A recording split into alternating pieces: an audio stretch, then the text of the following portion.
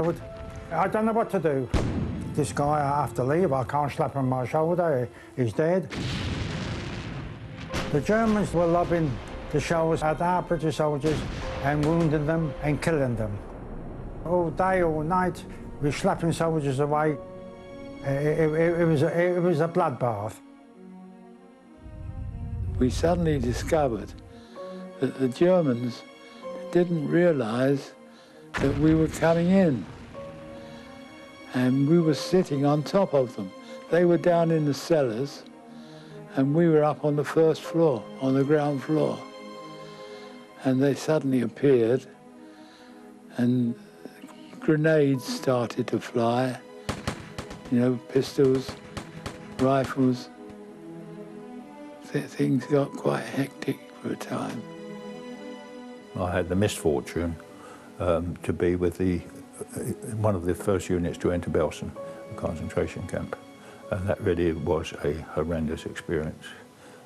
Spent 2 days there and saw things that I could never forget. Still think about, you know, to this day. For her beliefs, Anne Frank had been killed here, with tens of thousands of others. You can't forget the horrors.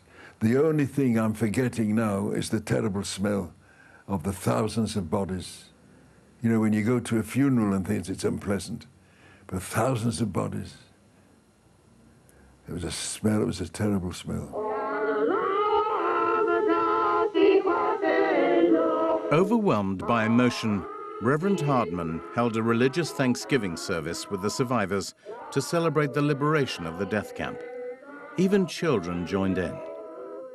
This was the first open Jewish ceremony in Germany for several years. Am Yisrael Chai, the children of Israel still liveth. A few children particularly affected me, and I'm not ashamed to say that I had tears in my eyes, as did most of our troops when we went in there. British troops, led by the late Reverend Harry Levy, went well beyond the call of duty to bring humanitarian aid to the survivors. If we had any doubt whatsoever as to why we were fighting this war, they were dispelled when we walked into Belsen. There's no question about that. In May 1945, the Germans surrendered and the Second World War in Europe came to a close.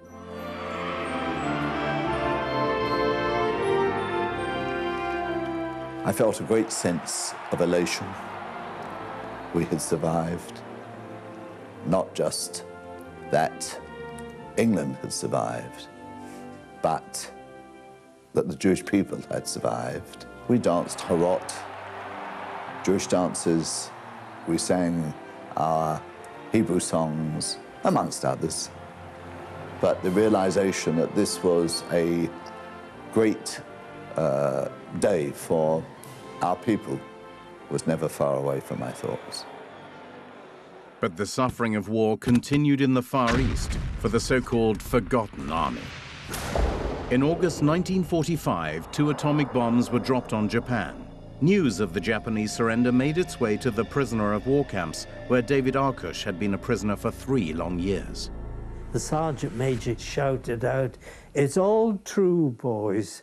We're free. It's all over." We had the biggest bamboo we could find, which we set up as a flagpole, and we stood at the salute as they hauled up the Union Jack. It was a moment, as you could imagine. The price of peace was high. Jewish ex-servicemen returned home outraged to find Oswald Mosley's fascists again inciting racial hatred and Nazi philosophy. As Ajax and the 43 Group, they campaigned to end the threat of fascist tyranny in Britain. And Ajax would continue to remember those who fought for Britain. As the forerunner of the CST, Ajax defended British Jews, supported the Jewish homeland, lobbied for the rights of Russian Jews, and supported Jews who continued to risk their lives in the armed forces, like Alan Tyler. We discovered we were to take the first British atom bomb out to Australia to explode. We had the first rehearsal on Rosh Hashanah 1952, Everybody was evacuated, except I was left on board as the first lieutenant, just to sort of somebody in case anything terrible happened. And I sort of read my Rosh Hashanah service to myself sitting on deck in the sun, guarding an atom bomb. Between 1949 and 1960, 10,000 young Jewish men were called up for national service. Many fought and fell in Cyprus, Kenya, Malaya, Korea. And as regular troops, Jews lived and died in the Falklands, Northern Ireland, Bosnia, Afghanistan, and Iraq. Having mortars come into the airbase and you're in the open ground and you've got no protection certainly reaffirms how dear you hold life. I'm very proud to be a British Jew in today's military. We are an effective fighting force, and I'm very proud to be part of that. Today, there are less than 300,000 Jewish people in Britain, and yet many still play a dynamic role in British society and in Her Majesty's armed forces. Ajax continues today remembering those Jews who died for Britain and British values.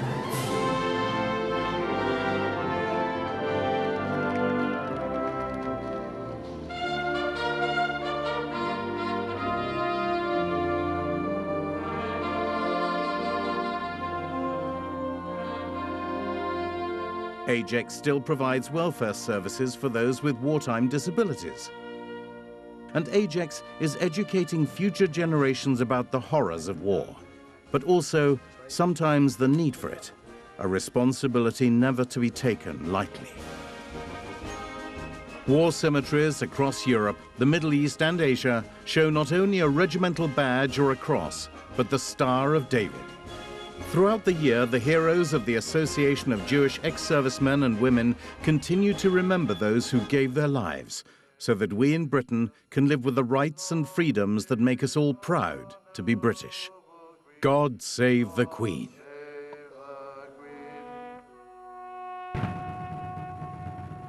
It should never be forgotten. Forgive, yes. Forget, never. I wouldn't like any of the future generations, please God, to have gone through half of what I've gone through. War is despicable, cruel, useless. It causes so much misery and pain. My mind is with fellows I served with who got killed, whom I saw get killed. It's wonderful to be able to sit and remember them, and we will remember them. And always remember what was done to safeguard the fact that you live the life that you lead today because of us. I can only quote the words of a memorial stone at a place on the borders of India and Burma, which led to the defeat of the Japanese. When you go home, tell them of us and say, for your tomorrows, we gave our today.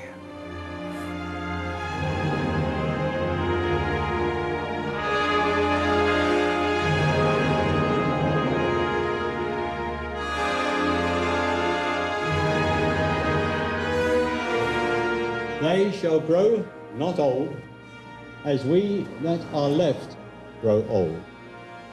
Age shall not weary them, nor the years condemn. At the going down of the sun, and in the morning, we will remember them. We will remember them.